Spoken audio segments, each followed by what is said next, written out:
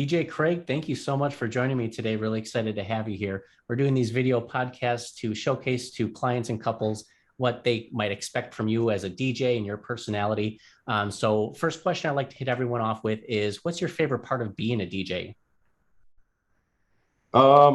It's the people and the music. Obviously, being a DJ, you're usually someone who brings the party, so to speak, and you're there to make sure everyone has a good time. And yeah, so that's a pretty cool thing. Oh, absolutely. And I totally agree. It's a lot about the music, that personality that you bring. And I think a lot of people don't realize, in addition, how much coordination and organization goes into kind of pulling off everything as you kind of bring it together. So how did you actually started getting into being a DJ? Great question. Well, I was always the kid. Well, when I was like 10 years old, my grandma gave me like some kind of blank tape that I think I might have to record over polka music or something. But Yeah. I started making mixtapes out the radio as a young child, pretty much right away, and then that turned over to like mixed CDs for friends and stuff like that. And then I'd always take road trips with my friends, and I'd be the one that not only was the driver but made the music for the trip and all that stuff. So I was always a huge music fan, and so it was kind of just like a natural transition. Never really thought about it too much till one day I was like, actually, someone said, "Hey, you should be a DJ," and I'm like, that would be something I'd like. So yeah, I looked into it and I actually started DJing in the bars, some downtown Milwaukee bars like the Safe House. And Yeah. then a year or so, went over to working weddings. And at first I was a little hesitant, but right away I found out, oh, this is pretty cool. Everyone's here to have a great time. It's like kind of the biggest day of their lives, and you get to be part of it. So it's a pretty unique thing. Oh, absolutely. And Craig, what you just said is kind of lines up exactly with my experiences as far as getting into weddings, because they seem just like a very big deal. It's a one special day. There's so much pressure on you to perform. But I think just as you start to get into it, you realize, okay, we can be a good fit for this. We can do a really great job, and we don't have to be as hesitant about taking on weddings because they are a lot of fun. You're absolutely right about that. So when you're doing weddings, what might be an example of like your MC voice for maybe updating guests on it's time to get seated for dinner, or maybe the grand march, I guess. Could you show us an example of your MC voice? Sure. Well, now introducing for the very first time as a married couple, Mr. and Mrs. Bob and Jane Smith. Perfect. That is excellent. Nice, crystal clear. You're pronunciating well. That sounds beautiful. I love it. Picked an easy last name just for Yeah. that. But no, I make sure ahead of time to make sure I'm pronouncing the name right several times before we get to that stage for sure. Oh, of There's, course. there's some Yeah. tough ones. There's some tough ones depending on the nationality. So Oh, absolutely. And I think for us specifically in Milwaukee, Wisconsin, it's very big into like Polish and German heritage. So you have a lot of the ski last names and just different pronunciations that we have to try to handle well. But I think a lot of that gets covered during that week of video phone chat with the client, so you can go through the pronunciations. And like you said, just doing the practice. As long as you practice, you're good to go from there. yep, absolutely. So let's say like you're working with a wedding client and they're going to request some custom music, certain things that they want to incorporate on their special day, maybe for the dancing portion. But I'm sure that client list you want to accommodate, but you're bringing your past experience too. Are there certain ways you like to handle the flow of the music for the evening, either for the dancing portion, like when it comes to mixing some of their stuff with what works? Yeah, I mean, it's you kind of have to read the room. Obviously, the key thing is this is their big day, their party. So really threading in the music that they love and cherish, and most likely have some memories attached to. Make sure to get all their songs that they wanted into the course of the evening, as well as taking guest requests. And obviously, you know, get in some oldies during the beginning portion of the night while grandma and grandpa are still around or whatnot, and then Mhm. as we get toward the end of the night, save some of the stuff that for everyone in their 20s or whatnot, the type of music that they like. But also just kind of have a good mix throughout the entire night. So there's a little bit of something for everyone, kind of every hour or so. Oh, absolutely. No, and I think that's a great way to kind of mix your music and take in the client requests and song requests. And a lot of that, like you said, comes down to reading the room. You just have to know what song to place at what time, what people might be feeling, so that you can just help kind of lead the dance floor throughout the evening, which is really nice. I get asked this a lot by certain clients when they're usually reaching out to DJ services. They like to ask, what songs can help bring guests out onto the dance floor? And I'm sure that's subjective, it's reading the room, but are there songs that in your experience can be a good go-to if the dance floor dies down, or something to help bring them out? Yeah, absolutely. I call them floor fillers. They're Oh, just basically um, songs that, or they're pretty much a couple from every decade, if not a whole, more than just a couple from every decade that are just universally loved type songs that people like to dance to. And mm-hmm. so usually when you need to fill the floor back up, usually it's something like that. And again, I'll usually lean toward, obviously if there's ones like that that are on the playlist for the bride and groom. Also, one thing that people don't really usually under realize, I guess, is that people love to dance to songs that they sing to, actually, that they know the lyrics to. So believe it or Yes.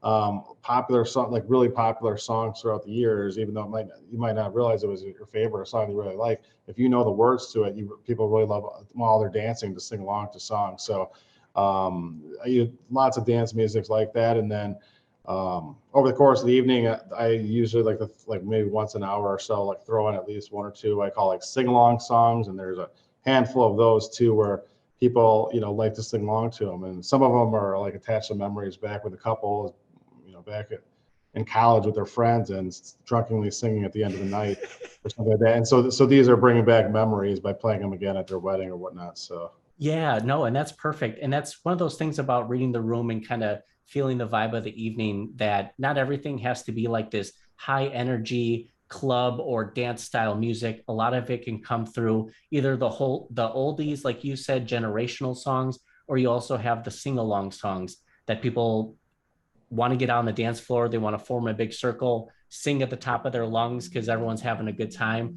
And those songs are really important through the entire vibe of the evening. So that's really perfect that you make sure to touch base on that, because not everything can just be high tempo dance music every second of every minute, you know? yep. Nice. No, that's excellent. So then, with you taking on, wedding events and what you do personally right now, because you actually work for Alverno College, don't you? And you work in the video department. So you have quite a bit of not only industry experience, but your day job requires you to be on top of audio, technical, video sort of stuff all the time, doesn't it? Yeah, absolutely. Obviously, for every movie and for every video watch, there's music on it, whether it's a commercial, a TV show, a video, there's music incorporated with all that. So basically, music is like the soundtrack of our lives. And it's true when anything you see on television or uh, like that as well. So it's always interesting to and of course for everyone who's been fan of like old MTV music videos, all those Mm-hmm. things are on YouTube now. There's videos for every song, and those are really powerful because when you attach video along with the music, it really creates a vibe, a mood, so to speak, and really makes you love the song if you've seen the video several times or whatnot. And that was a tried and true formula to help sell albums back in the day. And obviously they don't necessarily have albums, so to speak, because I think the way people consume music now is a little bit different. I don't think too many people are running out buying, records, cassettes, or CDs when they're really just, discovering new music, maybe through apps like Spotify or something like that. But with that being said, there's still a handful of songs that really, rise to the top and become part of pop culture every year and even every month for that matter. And so to, stay on the cutting edge of that and a lot of fun music is always being made as we go through time. Oh, absolutely. Yeah, you totally took me through a flashback when you said MTV and the way that they used music videos to kind of build themselves up as an artist. And I can't even tell you how many songs that I only started listening to because it had a music video attached to it, and that helped to tell the story. So just like you said, with when it comes to video editing, making those songs fit the vibe and the moments, because I'm sure you can make a movie or a video have a completely different feeling or experience based on those soundtracks that you kind of place behind it. So I think that just kind of showcases how music connects with all of us, how it influences us. And just the throwbacks to the MTV, I was loving that. That's perfect. Carson Daly, Total Request Live. I mean, all that stuff. So, So, Craig, obviously, with your experience, you've been doing a lot of weddings and other DJ experience. You're bringing a lot to the table here. What is something that you want couples to know when it comes to either searching for a DJ leading up to their wedding? What's something that you might want to share with them? well, I think a lot of people sometimes have some concerns on what type of DJ they're going to have, and I think it's important to know that when I DJ, I just want to make sure that I'm, throwing the party, so to speak, and having your wedding customized exactly how you want it. And that's why you have the opportunity to pick out most all the songs that you want and all your must-play songs, and of course all your specialty dance songs. And by talking to you ahead of time and really preparing, having phone conversations with you ahead of time or video chats or whatnot, and really getting to know you as a couple, and try to take a little bit of time to do that, kind of know what your story is, and that'll help me over the course of the night. Share that music with all your family and friends. So sometimes there's just genres of music that you like more or less as a couple, and of course we would want to incorporate that or not incorporate it if there's a certain genre that you don't like, or something like that. So obviously the other thing that they have concerns on, how is the night going to flow? And, usually when we put together a timeline for a wedding, we kind of stay generally to the timeline. And as a DJ, couples I don't think really understand, the DJ really helps the whole flow of the evening, pretty much from the start of the reception till the end. And again, you may have things in the order, but how things flow as far as like how long dinner takes, how long speeches take, all the things change a little bit. So kind of just going with the flow over the course of the night.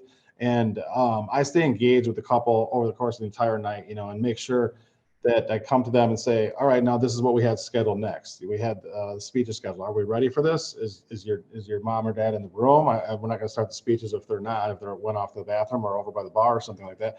And so we want to make sure everything's ready. And pretty much you have to give me a green light before we do the next thing that's on the schedule. And I think that there's, a couple can sometimes have concerns on, the night will just happen.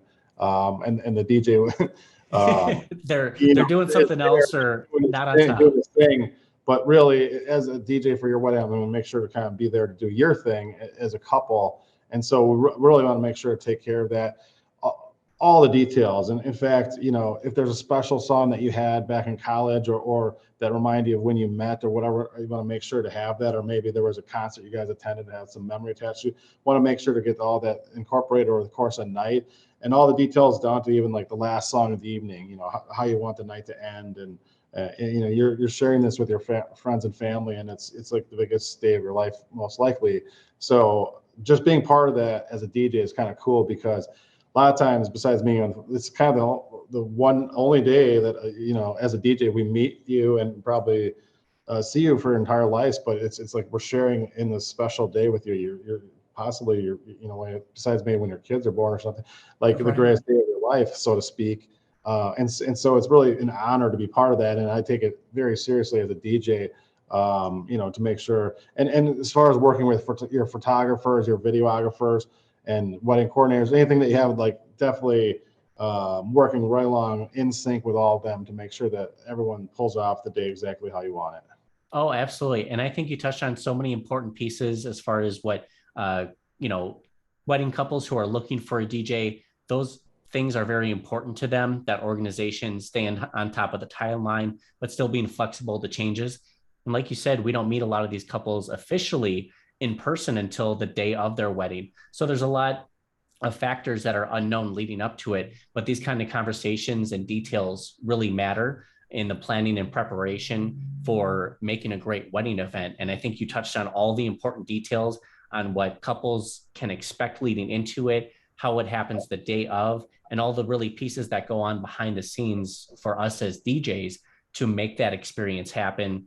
Everything from the vendor coordination, the client communication, the day of, everything really, really comes together on that day. And for us, it's important that we stay on top of our game so we can deliver incredible results for their wedding.